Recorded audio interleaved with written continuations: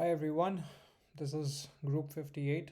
Today we are going to discuss the topic for the CA683 assignment. So for this assignment, we choose a topic based on the decisions, based to predict the decisions in the US visa application process.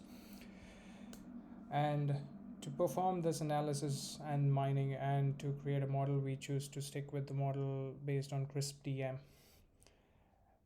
Now, the CRISP-DM usually consists of 6 main stages. Initially, the stage is the business understanding of our problem. Furthermore, we try to understand the data set, after which we pre-process our data set, and then we model our data set. That's called data modeling, followed by evaluation, then deployment. Initially, the business understanding of our topic was to predict the outcome of visa applications in the United States. And these predictions would mostly be based on historical data that were collected over the last decade. And the model that we choose to perform this analysis was CRISP-DM. Coming to the second part of the CRISP-DM methodology, which is data understanding and pre-processing. Our data set collected over 3 million records, which included both quantitative and qualitative records. This dataset was mostly having applications filed between 2011 to 2016. It also included parameters such as wage, work site, employment type, year, position, and other things. Initially, this dataset also consisted of a lot of junk values, null values, missing values, and redundant data. And certain cleaning had to be performed in order to make this data more accurate and crisp. In such cases, we performed pre-processing on this dataset by removing null values, junk values, and replacing missing values. Furthermore, a lot of the data present in this dataset was irrelevant for the analysis or the modeling that we were trying to identify. In such cases, we discarded all this irrelevant data for decreasing the processing time as well as the memory that is being used to perform this analysis. Once the data was pre-processed, we tried to get into the data modeling and data analysis stage. Here, we tried to identify certain insights from the clean data set. Certain insights that we mostly found were top positions across the United States, such as what were the most commonly applied applications for, which position were these applications mostly filed for.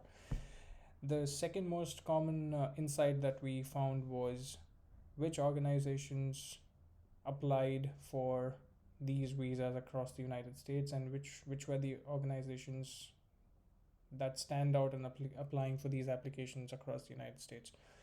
Furthermore, the other insight that we looked was to identify changing trends in the acceptance rate.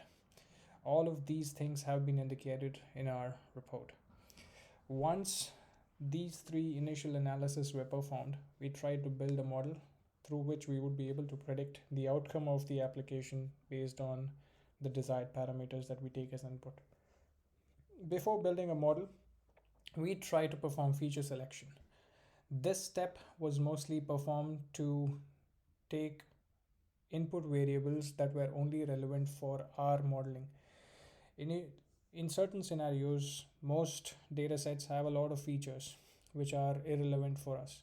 In such cases, identifying features which are important for our modeling is a necessary step to be performed to decrease the errors and well as decrease the computational costs that any person puts in behind to identify these trends or analysis.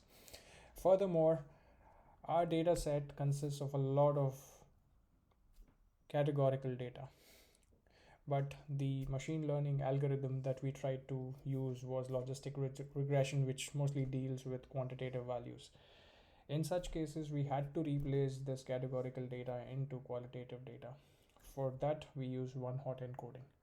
Finally, we use logistic regression as our main algorithm to perform our modeling, which takes in input variables and gives out the output as binary values. In our case, the binary values would either be an acceptance or a rejection. Furthermore, The evaluation of this was performed by dividing our data sets into two different sets. One was used for our training and the other one was used for our testing. And once the results were compared, we evaluated them based on our F1 score, which was around 0.89. For future work, we plan to use this model to build an online application or an online portal where different users and organizations could enter the parameters that are required by a model, which could further evaluate their application based on the number of records that we have already used it to train for. And the application or the portal would then give out a result which could either be an acceptance or a rejection. In further future works, we could also bring in suggestions to improve the chances of the application getting accepted. All of this was performed using Python and various Python libraries. The report is mentioned here. As we briefly say, these are the business understandings of the application. This is the data understanding part where we try to identify different columns. The data preparation part, which is mostly data cleaning and data pre-processing, where we remove a lot of junk values, we reduce the size of our data set and make it more efficient. Finally, in data modeling, we identify the top 10 in-demand skills in the United States, followed by identifying the top 10 companies which file for visa applications in the United States. And then we try to find a trend in changing acceptance rate based on data records between 2011 and 16. Finally, we perform feature selection, one-hot encoding before moving on to logistic regression, and the outcome of our logistic regression is presented here.